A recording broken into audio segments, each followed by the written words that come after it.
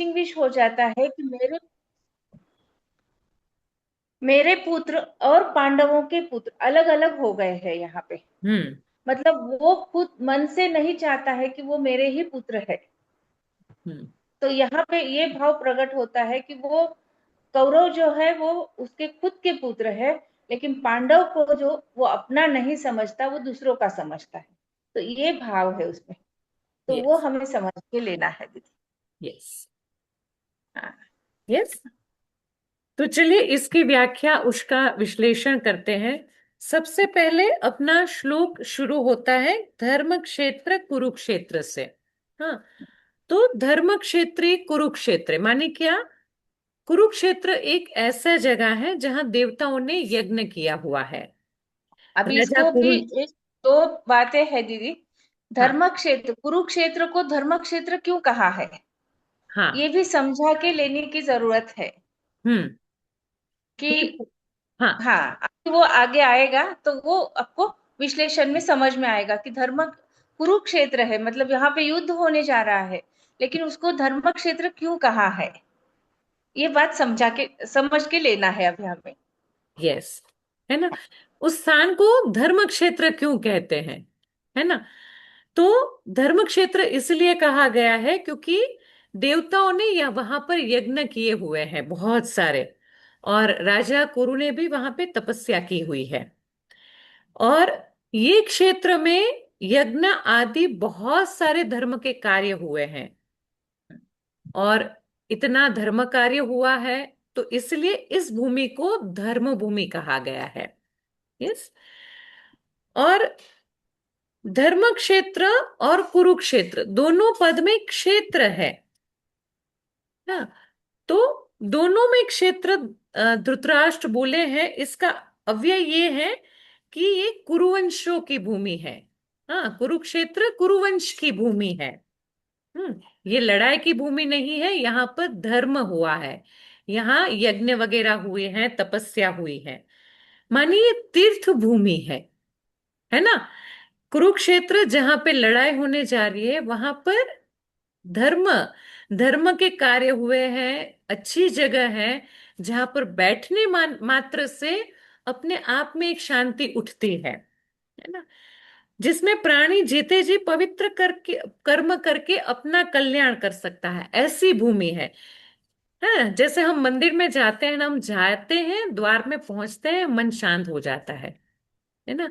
वैसे ही देखो, जहां पर इतने धर्म का कार्य हुआ है, यज्ञ वगैरह हुआ है, तप वगैरह हुआ है, वो भूमि कितनी पायस भूमि रहेगी। वहां पे युद्ध होने जा रहा है। ये हमारे संस्कृति की बहुत अच्छी मिसाल है कि हम लड़ाई करने के लिए भी ऐसी जगह ढूंढी है कि जहां पे जाते ही पहले हम खुद को सोच ले कि क्या है ये इस तरह लौकिक और पारलौकिक सब तरह का लाभ हो जाए, ऐसा विचार करके एवं श्रेष्ठ पुरुषों की सम्मति लेकर ही युद्ध के लिए यह भूमि चुनी गई। हाँ, कितना अच्छा बताया कि भूमि का चुनाव करने के लिए भी राजा नहीं चुनाव करते, सबकी सहमति से, जो श्रेष्ठ पुरुष हैं उनकी सहमति से ये भूमि चुनी गई है। तो देखो, एक बहुत अच्छा हमारे धर्म का, हमारे संस्कृति का ये पड़ाव है, जहां पर कोई भी बड़ा कार्य हो रहा है, जन कल्याण के लिए हो या किसी के लिए हो, जो श्रेष्ठ पुरुष हैं, जो सम्मानीय हैं, उनकी सहमति, उनका अभिप्राय हम मायने रखते हैं, है ना? संसार में प्रायः तीन बातों के लिए लड़ाई होती है ना? अभी उससे हम कुरुक्षेत्र जो लड़ाई हो रही है उसके अंदर में थोड़ा जाते हैं कि लड़ाई क्यों होती है ना? तो हम सब जानते हैं, हम में बोलते हैं जर जमीन और जोरू, है ना? भूमि के लिए होती है, धन दौलत के लिए और स्त्री के लिए, तीन चीजों के लिए लड़ाई होती है। और जब राजा आपस में लड़ाई करते हैं तो ज्यादातर उनकी लड़ाई जमीन के लिए होती है। यहाँ कुरुक्षेत्र पद देने का तात्पर्य भी जमीन को लेकर लड़ने में है। कुरुवंश में धृतराष्ट्र और पांडु के पुत्र सब एक हो जाते हैं। कुरुवंशी होने से दोनों का कुरुक्षेत्र में अर्थात राजा कुरु की जमीन पर समान हक लगता है।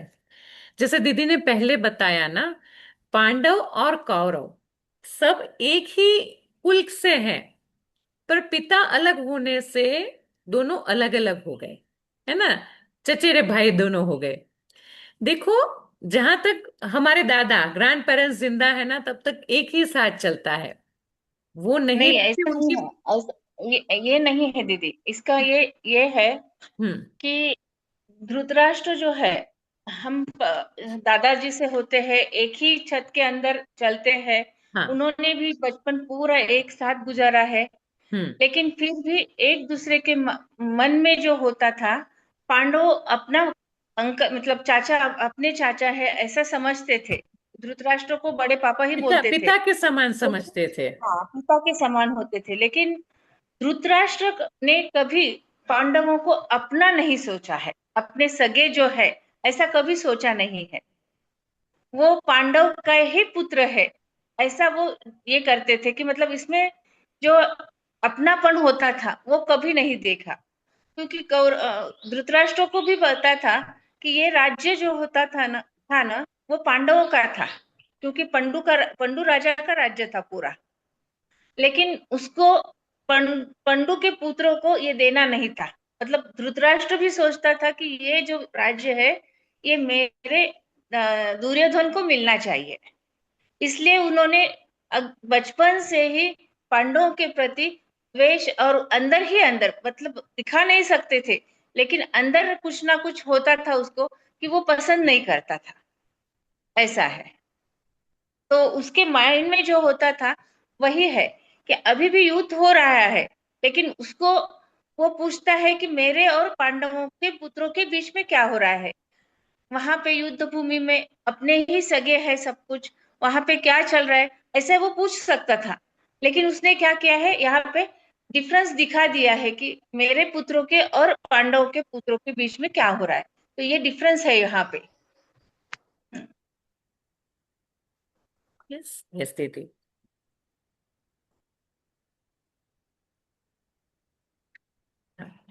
अब यद्यपि अपनी भूमि होने के कारण दोनों के लिए कुरुक्षेत्र पद देना युक्ति संगत, न्याय संगत है। तथापि हमारी सनातन वैदिक संस्कृति ऐसी विलक्षण है कि कोई भी कार्य करना हो तो वह धर्म को सामने रखकर ही होता है। युद्ध जैसा कार्य भी धर्म भूमि, तीर्थ भूमि में ही करते हैं, जिसमें युद्ध में मरने वालों का उद्धार हो जाए, कल्याण हो जाए। अतः यहाँ कुरुक्षेत्र के साथ धर्म क्षेत्र के पद को दिया गया है। Yes. तो जैसे आगे भी बात किया ना, धर्म कुरुक्षेत्र को क्यों चुना, क्योंकि वो धर्म भूमि है और भावना इतना विशाल है कि यहाँ पे जो लड़ाई कर रहे हैं, अगर वो वीर गति को भी प्राप्त होते हैं तो उनका कल्याण हो, क्योंकि वो धर्म है, वहां पर धर्म भूमि है। तो लड़ाई के लिए भी धर्म को आगे रखा जाता है। बहुत अच्छी बात है। हम्म। अब ये बहुत अच्छा एक और चीज गहरी बताई गई है यहाँ पर। जैसे सबसे पहला अपना श्लोक है, धर्म क्षेत्रे कुरुक्षेत्रे। अपने श्लोक का आरंभ होता है धर्म से। और गीता जी का लास्ट श्लोक है, यत योगेश्वर कृष्णो यत्र पार्थो धनुर्धर तत्र श्री विजयो भूतिर ध्रुवा नीतिर मतिर ममा। तो उसका लास्ट पद है ममा, है ना। तो यहाँ पे बताया गया है, ये अपना पूरा भी संस्कृत में है, तो धर्म, धर्म मानी जिसको धारण करते हैं, है ना। तो जो धातु है वो धर धातु से आता है, धर्म शब्द। तो यहाँ पे बताया गया है, यहाँ आरंभ में धर्म पद से एक और बात भी मालूम होती है। अगर आरंभ के धर्म पद में से धर जो धातु है उसका बेस है, उसका लिया जाए और 18वें अध्याय के अंतिम श्लोक के मम पद में से म को लिया जाए तो धर्म शब्द बनता है। अतः संपूर्ण गीता धर्म के अंतर्गत है, अर्थात धर्म का पालन करने से गीता के सिद्धांतों का पालन हो जाता है। और गीता के सिद्धांतों के अनुसार कर्तव्य कर्म करने से धर्म का अनुष्ठान हो जाता है। कितना अच्छा बात सिंपल से शब्दों में बताया गया है ना, कि जो पूरी गीता है ना, वो धर्म पे कैसे चला जाए वो बताते हैं। देखो, सबसे पहला अभी तो हमने श्लोक के पहले दो पद ही लिए, उसमें कितना सब कुछ उन्होंने बता दिया कि धर्म को धारण करना, धर्म के रास्ते पे ही चलना, पाथ पे चलना, वही सुसंगत है ना। और हमने धर्म ना पालन करने के अनुसार गए तो हम गीता के सिद्धांतों का पालन करते हैं। हाँ, चाहे नहीं चाहे हम गीता के पथ पे ही चल जाते हैं। और दूसरा बात क्या बताया, अगर हम चलो कोई गीता नहीं पढ़ पा रहा है तो वो ऐसे ही धर्म के रास्ते पे चल रहा है, जो सुसंगत लग रहा है वो करेगा, तो वो अपनी लाइफ में, अपने जीवन में वो गीता को ही पद चिन्ह मानकर चल रहा है, ऐसा समझ लेना चाहिए। और दूसरी बात क्या बताई, कोई अगर गीता जी का पठन पाठन चिंतन मनन कर रहा है और उसके सिद्धांतों का पालन कर रहा है, तो वो धर्म के मार्ग पे ही चलेगा, है ना। तो अल्टीमेट क्या है कि दो धर्म के रास्ते पे चलते हैं ना, तो हम किसी न किसी तरह से गीता के साथ सुसंगत हो जाते हैं। Yes? इन धर्म क्षेत्रे कुरुक्षेत्रे, अभी हम पहले दो पद ही ले रहे हैं, धर्म क्षेत्र कुरुक्षेत्र, है ना। पदों से भी सभी मनुष्यों को यह शिक्षा लेनी चाहिए कि कोई भी काम करना हो तो वह धर्म के सामने रखकर ही करना चाहिए। प्रत्येक कार्य सबके हित की दृष्टि से ही करना चाहिए, केवल अपने सुख आराम की दृष्टि से नहीं। और कर्तव्य अकर्तव्य के विषय में शास्त्र को सामने रखना चाहिए। बराबर है ना। हाँ, हर जगह हम जो भी कार्य करते हैं उसको धर्म के अनुसार चलते हुए करना चाहिए। अभी उसके आगे के मतलब दूसरा चरण श्लोक का, धर्म क्षेत्रे कुरुक्षेत्रे समवेतायुयुत्सवः। अभी समवेता युयुत्सव, समवेता का मीनिंग होता है इकट्ठे हुए, और युयुत्सव मानी युद्ध की इच्छा वाले।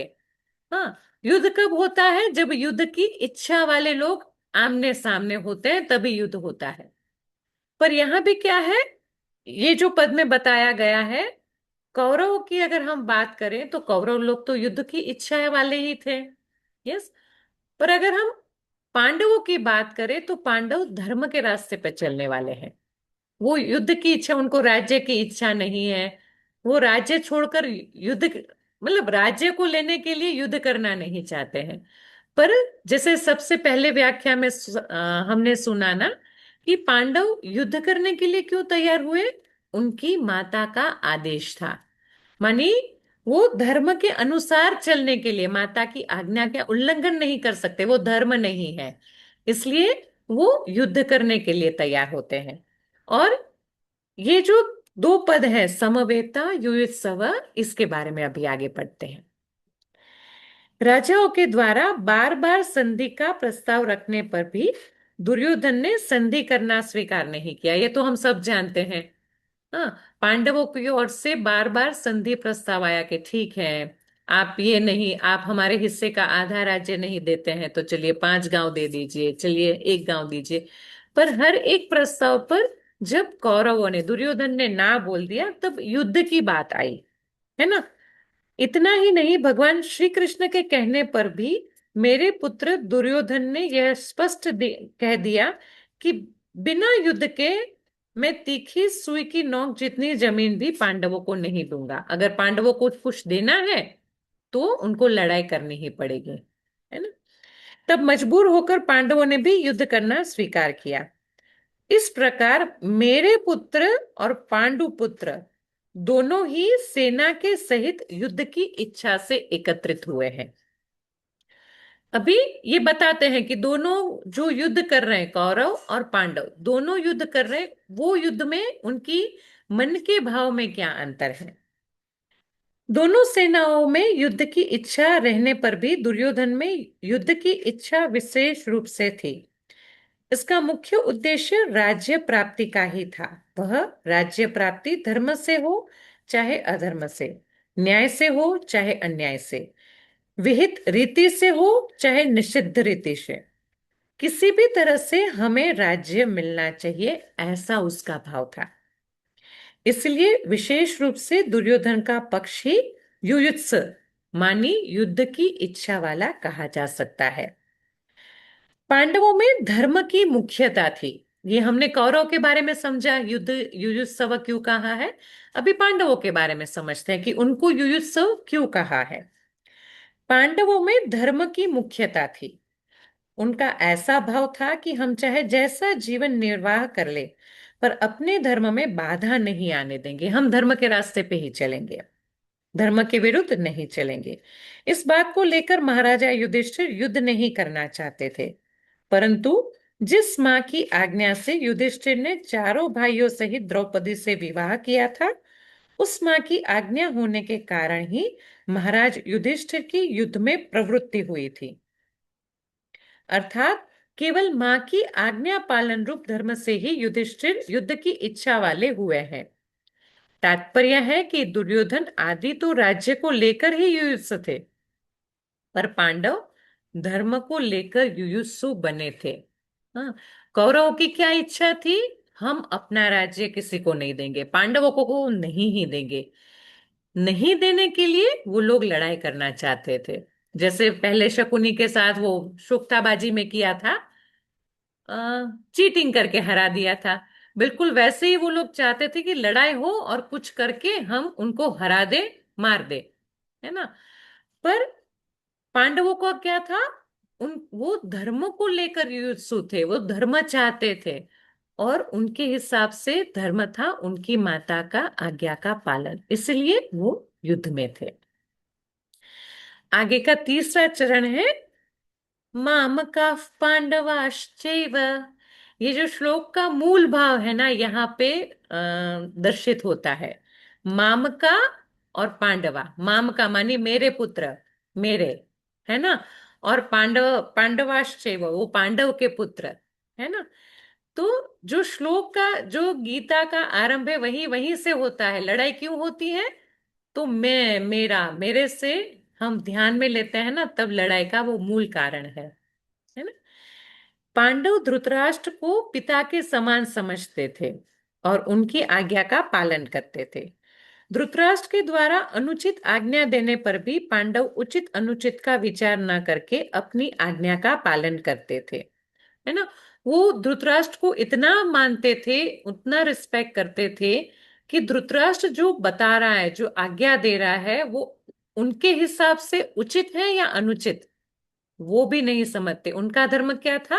वो पिता समान है और पिता की आज्ञा का पालन करना है।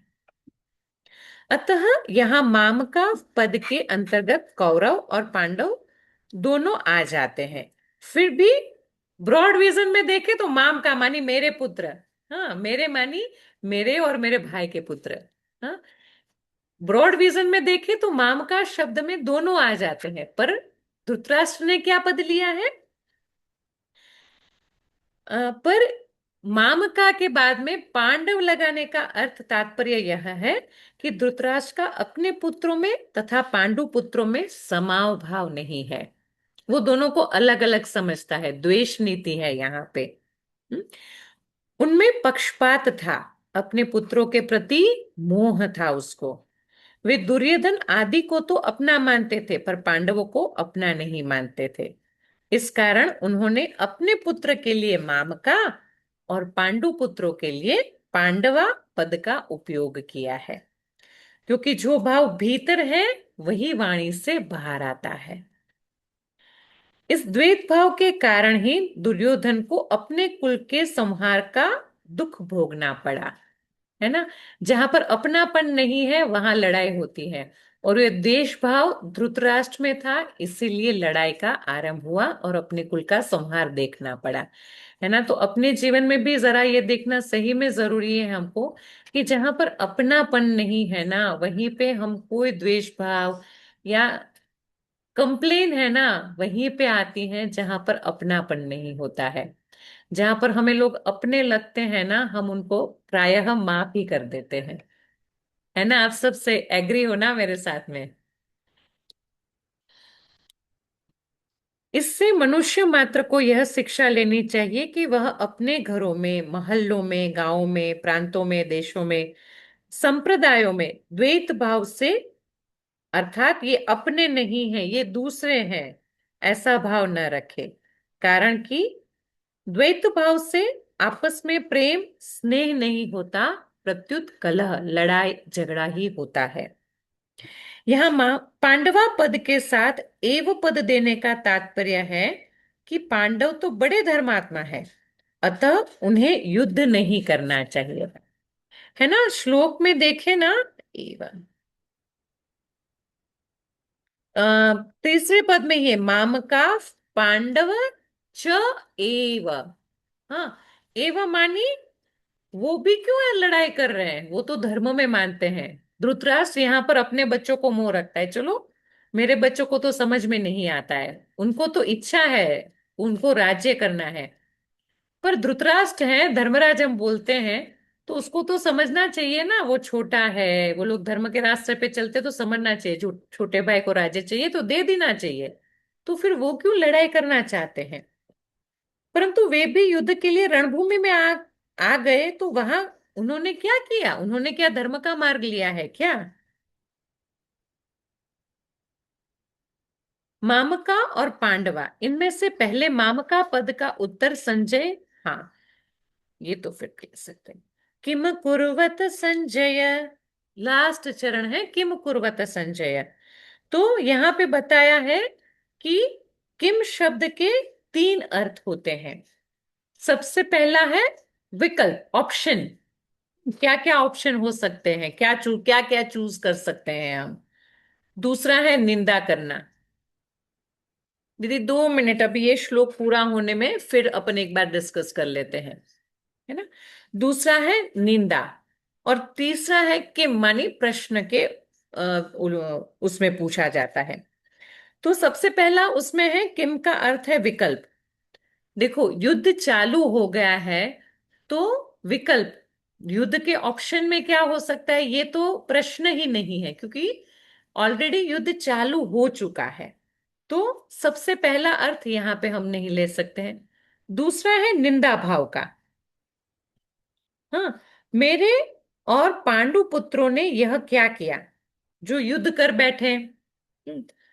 तो ऐसी निंदा और आक्षेप भी अब नहीं किया जा सकता, क्योंकि युद्ध तो चल ही रहा है। तो चालू युद्ध में ऐसे आक्षेप निंदा नहीं हो सकती है।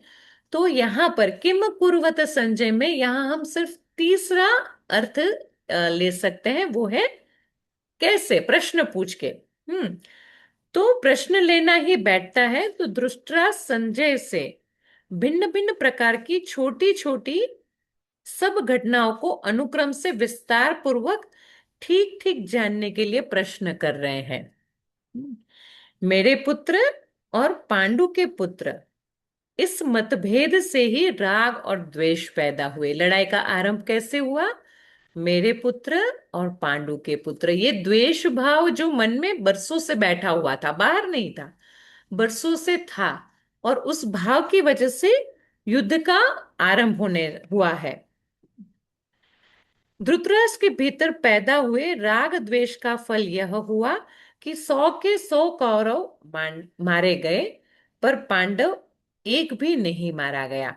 जहां पे द्वेष भाव था, जहां पर गलत चीज थी, वहां पर पूरा संहार हुआ। और जहां पर धर्म था, धर्म के रास्ते पे चलना था, वहां पे सब बचे हुए थे, वहां पे संहार इतना नहीं हुआ। यस, जैसे दही बिलोते हैं तो उसमें हलचल पैदा होती है, जिससे मक्खन निकलता है।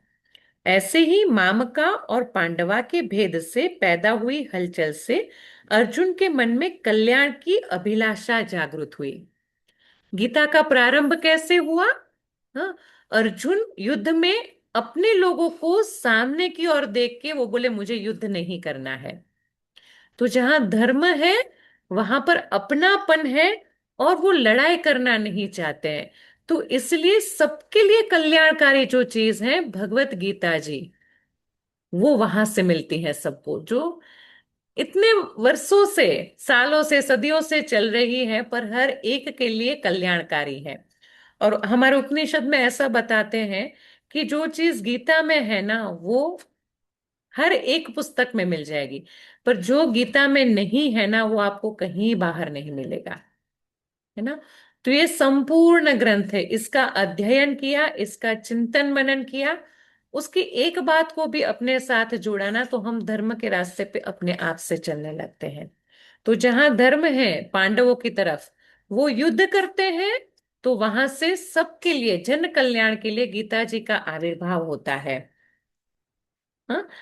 तो तात्पर्य यह हुआ कि धृतराष्ट्र के मन में होने वाली हलचल से लड़ाई पैदा हुई, और अर्जुन के मन में होने वाली हलचल से गीता जी प्रकट हुई।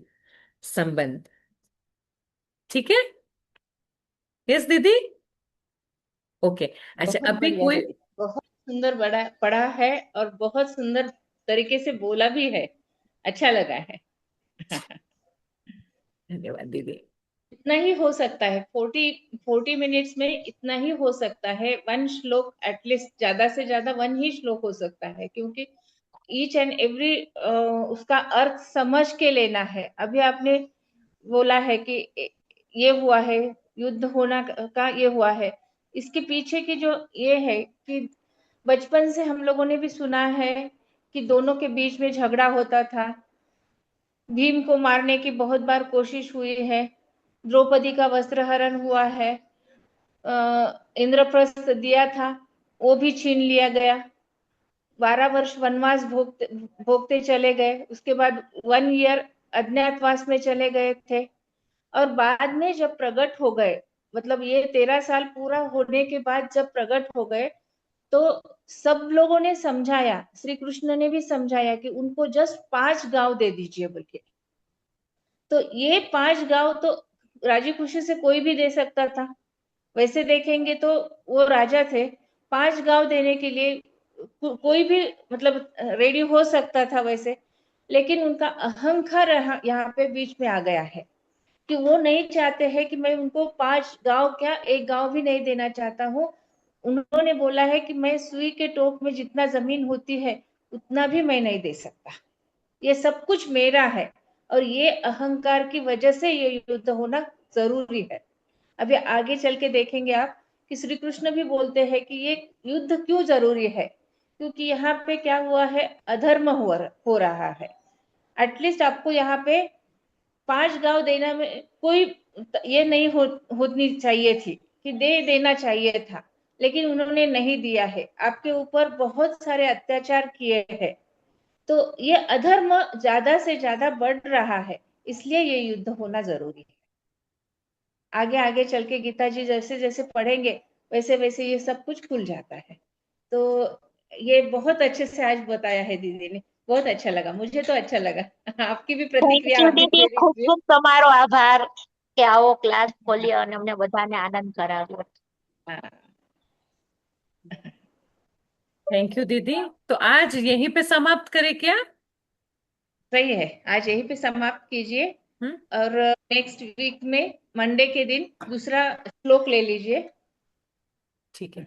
अच्छा, अब अगर सब लोग चाहते हैं तो सोमवार, बुधवार, शुक्रवार, ऐसे कुछ प्लान करें। हाँ, पहले स्टार्ट कर दीजिए, 1-2 वीक देखिए पूरा, उसके ओके। बाद में फिर स्टार्ट कर सकते हैं, मतलब अभी क्या बोलते हैं, अधिक मास आ रहे हैं, हम्म। अधिक मास में कुछ ना कुछ गीता का, विष्णु सहस्त्र नाम ज्यादा से ज्यादा होना जरूरी है। तो यही संकल्प ले लीजिए कि पूरे 30 डेज हम लोग करेंगे उसी बहाने, यस। ऐसे। तो ठीक। अभी 1-2-4 दिन थोड़ा एडजस्ट होने के लिए लगा लीजिए, ठीक सबको है। भी थोड़ा सा इंटरेस्ट आने लगेगा, वो भी टाइम देखने लगेंगे कि नहीं 3 बजे मुझे आना है बोल के यहाँ पे, फिर स्टार्ट हो जाए। ठीक है दीदी। जी, તે ओके દીદી हाँ। બીજા કોઈને જોઈન્ટ થવું હોય તો આ લિંક આપી શકી? हाँ, आज आज ही ओके, ऐसा पूछ रहे हैं, अगर किसी और को जुड़ना है तो ये लिंक दे सकते हैं क्या? जरूर दे सकते हैं, जरूर दे सकते हैं, आज भी बहुत सारे लोग जुड़े हैं, शायद इला दीदी ने बोला था बहुत सारे लोगों को, और शायद जुड़ गए होंगे। डेफिनेटली दे सकते हैं आप, क्योंकि ये एक एक पर्सन का काम नहीं है, सब लोग मिलके साथ में जब स्टडी करते हैं, उसका एक माहौल डिफरेंट बनता है, सबके घर में वो पॉजिटिविटी चली जाती है, तो वो एक संकल्प बहुत अच्छे से ग्रो होने लगता है, तो वो बहुत अच्छा बात है। दीदी जय श्री कृष्ण, मैं लीव करती हूँ, मेरा क्लास है। ओके, नहीं जय नहीं श्री सही कृष्ण बात। दीदी। दीदी आप 2 बजे करो तो कोई बात नहीं, तो 2 घंटे चल सकता है। 2 बजे स्टार्ट करो तो नहीं, 1 घंटा ही करते हैं पहले। 1 घंटा तो भी तो, पर क्या 4 बजे का क्लास होता है ना दीदी, तो बहुत वो हड़बड़ी हो जाती है। हाँ, कोई बात नहीं फोर्टी दीदी, चलता फोर्टी है। फोर्टी नहीं, मिनट्स टाइम का ही सही है। है दीदी, तो 40 मिनट्स ही रहेगा, ज्यादा नहीं जी रहेगा। जी। जी दीदी। आज जी पहला दीदी। दिन था ना, इसलिए थोड़ा हम सब लोग सेट हो कोई रहे थे नहीं नहीं, कोई इसीलिए। बात नहीं दीदी, जय श्री कृष्ण, बहुत बढ़िया, बहुत जय मजा आ गई। जय श्री ओके, कृष्ण। जय श्री कृष्ण। जय श्री जय कृष्ण। श्री दीदी जय कृष्ण। श्री कृष्ण, जय मैं भी श्री लीव कृष्ण। कर रही हाँ ओके ओके, जय श्री कृष्ण देवल बेन। हाँ, जय दीदी वो लीव श्री करूँ छो कृष्ण। दीदी। हाँ हाँ, हाँ सारू जी। सारू। हाँ, जय श्री जय कृष्ण। श्री कृष्ण। जय श्री कृष्ण, मेरा भी क्लास है, मैं भी लीव कर रही हूँ। ओके, जय श्री कृष्ण। जय श्री कृष्ण। जय जय श्री श्री कृष्ण। कृष्ण। अच्छा लगा आज का सुनकर। धन्यवाद दीदी। जी अभी दीदी, मेरी नेक्स्ट नहीं है मंडे को क्लास अभी। मिलेंगे। मंडे को हम सब जरूर से ऑन टाइम जुड़ेंगे और अपने नए लोगों को भी जरूर से इनवाइट करेंगे। हाँ, जी। जय श्री- जय श्री कृष्ण। जय आखिरी श्री जय श्री कृष्ण। योगेशन कौन बोलेगा? हाँ, लास्ट मैं प्रार्थना बोलूं दीदी? कीजिए। रेनू दीदी। मैं रेणु दीदी बोलती हूँ। जी दीदी। योगेशं सच्चिदानन्दं वासुदेवं व्रजप्रियं धर्मसंस्थापकं वीरं कृष्णं वन्दे जगद्गुरुं, श्रीकृष्णं वन्दे जगद्गुरुं। जय श्री कृष्ण। जय श्री श्री कृष्ण। कृष्णार्पणमस्तु। जय श्री कृष्ण।